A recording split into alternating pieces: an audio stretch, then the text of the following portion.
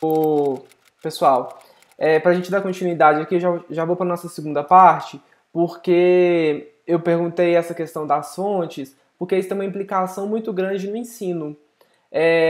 Eu tenho certeza que vocês, em algum momento, tiveram no dia 19 de abril que pintar o rosto de índio, tinha essa questão folclórica, né, de dança. Acho que a Tassiana é mais nova, mas eu e o Felipe, a gente é da época que a Xuxa levava os indígenas pro palco e as paquitas dançavam constrangedor, né, a dança do índio, enfim. E aí a gente tem a Lei 11.645 de 2008, que adiciona o indígena na sala de aula, né? Que adiciona na questão da história e da cultura indígena e afro-brasileira. E aí a gente começa a ter um novo olhar sobre essa história. E aí, esse novo olhar, eu acho que ele distancia muito do que os pensadores lá do século XIX, que o Felipe estudava, né? Que esses pesquisadores eles fizeram essa imagem do indígena e hoje em dia em sala de aula a gente vai ressignificando essa imagem dos indígenas. E é sobre essa ressignificação das imagens que eu queria conversar um pouquinho agora, a começar pelo Felipe, assim. Essa experiência em sala de aula, de tentar trazer a visão do indígena para a sala de aula. Fabrício. Então, é sempre um desafio falar sobre isso, né? Porque quando a gente vai falar sobre os indígenas em sala de aula, uma das coisas que eu sempre converso com os estudantes é o seguinte: o que vocês sabem, o que é ser índio? E aí é nesse momento que surgem todos os estereótipos possíveis, né? Aqueles do senso comum, que como você falou, a Xuxa retrata, né? A molecada do IF pode procurar no YouTube que deve ter o vídeo dela com os índios. Não tem, não? Não faz isso. Por tirado, então tá, menos mal. Tem o Mas vídeo. enfim. Tem o vídeo, mas não façam isso, que é um desserviço para a população. Não, tudo bem. É constrangedor, é vergonha alheia. E aí, pessoal, então surge sempre aquele estereótipo. O que é índio? Ah, índio é aquele que está pelado no meio do mato fazendo Não, não é por aí. Né? Então, assim, em sala de aula, o que a gente tenta fazer, nós enquanto educadores, é desconstruir esse estereótipo indígena. Tá? Primeiro porque a gente não fala o índio, são os grupos indígenas, são vários indígenas. A gente não pode querer comparar, achar que são todos iguais. Tá? Então, assim, essa é a primeira coisa que a gente tem que trabalhar com os estudantes. Né? Uma outra coisa que é um desafio em sala de aula é tentar dar, pelo menos, uma dimensão do que foi o choque de cultura entre os europeus e os indígenas, né? Entre grupos que, sobretudo pelo lado indígena, desconhecia o outro. Né? Eu falo para os meus alunos, se você, por exemplo, for, sei lá, viajar, vai a um outro continente, você sabe o que esperar. Né? Você já viu pela televisão, você já tem uma informação sobre aquele outro. Né? Os indígenas não tinham nenhuma informação sobre o europeu, então é um choque de cultura muito grande. Então, tentar dar a dimensão desse choque de cultura com eles e desmontando esses estereótipos. O que é comum? Eu falo com os estudantes. Né? Lá na quarta série, o que a gente aprendeu? O índio, quando ele entrou em contato com o europeu, ele foi enganado, recebeu espelho, recebeu miçanga e aí foi escravizado. É importante a gente não cair nessa narrativa que é muito simplista, porque disso eu estou tirando algo que a Tassiana já tentou fazer na pesquisa dela, que é justamente trazer a ação, o protagonismo dos grupos indígenas nesse contato. Né? Então, eu simplesmente falar, né, deram espelhos, deram miçangas e os índios foram enganados. Não é simples assim. Tá? Esse primeiro contato, né, o escambo entre os europeus e os indígenas, é permeado por uma série de questões, como, por exemplo, o encontro de mundos diferentes que estão ali trocando objetos que, sobretudo para os indígenas, é algo novo e extremamente útil. Né? Então, por exemplo, o escambo entre o corte de madeira e objetos vindos da Europa. Eu falo com os alunos, não é só miçanga e espelho, você tem ali facões, machados, objetos que, do ponto de vista indígena, são extremamente valiosos, que, em troca de um trabalho como, por exemplo, o corte de madeira, para ele é super válido. Né? Eu vou ter ali um objeto que vai ser um instrumento de trabalho, um instrumento de defesa, que outros grupos rivais que me ameaçam não terão. Né? Então, com isso eu posso melhorar o meu convívio, eu consigo me proteger melhor em troca de algum serviço temporário. Beleza.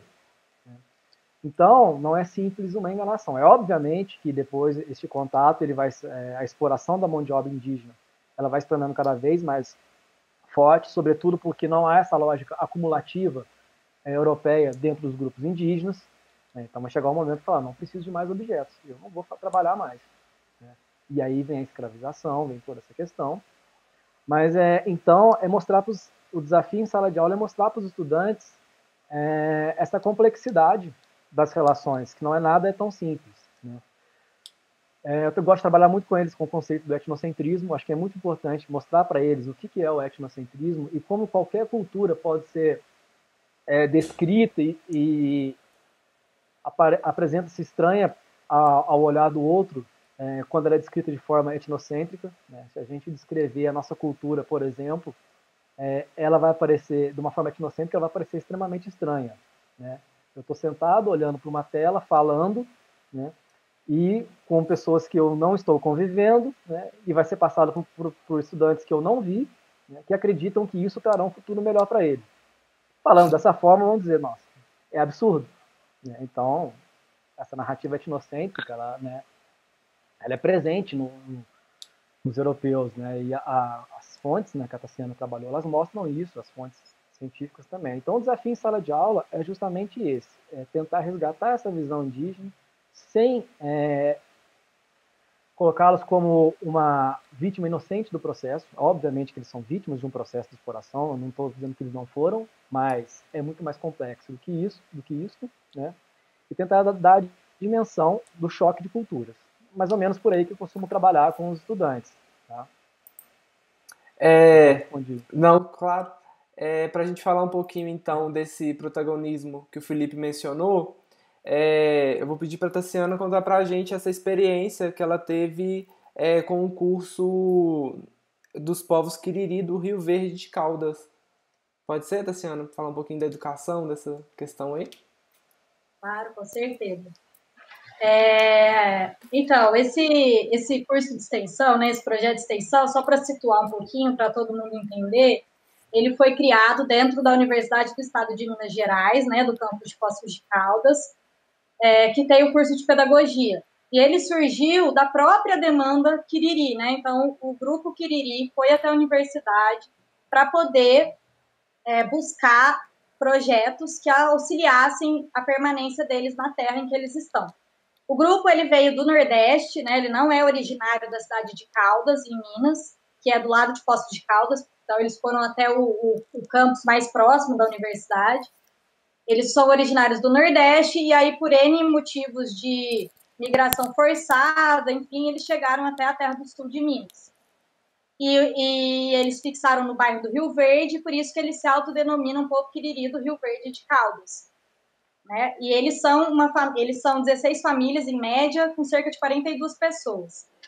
Então, eles precisavam de projetos que auxiliassem a permanência deles na Terra. E aí, na época, eu era professora da UENG, junto com a professora Solange Schiavetto, a gente, enfim, desenvolveu esse projeto pensando exatamente em como a gente conseguiria dar visibilidade para esses povos indígenas e pensando também em como trazer a discussão da diversidade cultural para dentro da escola. Então, para dentro tanto de um curso de pedagogia, né, que é onde se vai formar futuros educadores, professores, e dentro da escola. E aí, enfim, nós atuamos dentro de 2 escolas públicas de Poços de Caldas, e a ideia era justamente, como o Felipe disse, desconstruir, que é acho que é o nosso maior desafio, né? Não sei se vocês vão concordar comigo, mas é a desconstrução. Acho que o nosso trabalho para trabalhar a história indígena dentro da escola é desconstruir tudo que foi construído até agora.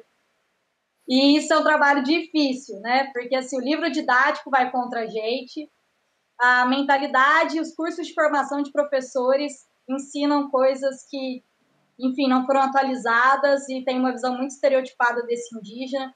Então, é um trabalho difícil. E aí a ideia era, então, trazer essa discussão, aprofundar essa discussão sobre a diversidade cultural dentro das escolas. Então, para que a gente fizesse essa desconstrução, esse trabalho contou primeiro com uma mediação do grupo de estudos da pedagogia da UENG, que estudava já a história indígena, estudava a questão indígena. Então, ela já fez uma conversa com os alunos, o projeto aconteceu com alunos de 10 anos, 11 anos, então, que vem ainda daquela visão que muitas vezes as professoras trazem, né, do indinho pintado no dia do índio, do cocardo, que isso é coisa, inclusive, de índio norte-americano, né, que habita a América do Norte, não é nem prática cultural do indígena no Brasil. Mas, então, a gente trabalhou com essas idades e aí a gente teve esse trabalho de mediação, os alunos tinham muitas dúvidas, então, eles sempre se referiam aos indígenas no passado, sempre, isso é fato, eles têm uma visão de índio fossilizado, né? Índio lá no passado, igual o Felipe comentou, a roupa, né? Que usa um certo tipo de roupa, que não usa celular, que não... Nossa, eles, enfim, têm visões muito estereotipadas. Então, foi desconstruir isso um pouco, trazer para a realidade deles, então mostrar, você está vendo que a 40 quilômetros daqui, você tem dois grupos indígenas. Tá vendo como falar sobre o outro não é ir longe, né? A gente está falando da nossa sociedade, a gente está falando de lugares muito próximos. E aí, o momento mais importante foi exatamente quando os Quiriri, o grupo, foi nas escolas. E aí, esse momento foi pensado exatamente, que é o que eu acho que falta muito nas escolas hoje, que é ouvir os povos indígenas. Então, eles terem a voz sobre a sua própria história. Então, isso, para mim, é essencial, porque a gente vê muito pouco esse espaço acontecendo. Então, eu acho que a gente deveria, como educador, fortalecer esses espaços. Então, eles estiveram nas escolas, né, e fizeram rodas de conversa, fizeram algumas manifestações culturais. Os alunos já estavam um pouco com essa visão preconceituosa desconstruída, né, por essa conversa prévia. E aí foi muito legal, porque eu acho que quando a gente traz o indígena para o ambiente da escola e eles têm o poder da palavra e da ação, são eles que vão falar por si só, a gente mostra para os nossos alunos que existem inúmeras formas de ser e estar no mundo, né? A forma como a gente enxerga o mundo não é única, existem mil maneiras de se fazer isso. A gente consegue mostrar para o nosso aluno tudo isso que a gente está falando na aula de história, a gente consegue mostrar praticamente todas as transformações a qual o grupo foi submetido, que o grupo sofreu ao longo de séculos e, no caso dos Quiriri, nas últimas décadas. Então, todas as transformações culturais, a transformação política, econômica, por que eles estão onde eles estão hoje, por que eles têm as brigas, né, as lutas que eles têm hoje, quais são, né? Que transformações são essas? Eu acho que tudo aquilo que a gente tenta mostrar teoricamente, muitas vezes a gente não consegue, mostrar que o índio é sujeito da história, que ele sim sofreu um processo de ser, né, dizimado, enfim. A gente consegue mostrar, mas que ele resistiu, tanto é que ele está vivo hoje, ele está presente hoje. Tudo isso a gente conseguiu mostrar. A gente consegue mostrar e valorizar os saberes indígenas, e consegue mostrar as demandas que eles têm, que muitas vezes não são só a demanda pela terra, que é, acho que hoje, a demanda mais importante, mas são coisas básicas, tipo luz elétrica na minha aldeia, tipo posto de saúde, água potável, escola. E isso aproxima, isso faz com que os alunos criem essa proximidade de entender que, além de ter várias formas de ser e estar no mundo, existem grupos que estão passando por situações que precisam estar constantemente batalhando pelo seu espaço. E por que nós temos isso no século XXI? Né? Exatamente por um processo histórico de transformação. Então, o aluno consegue estar próximo a tudo isso. Então, eu acho que o ganho desse projeto é exatamente colocar em contato todas essas questões, né? E acho que ouvir os povos indígenas. Acho que isso é o mais importante e esse espaço que a gente deveria potencializar cada vez mais.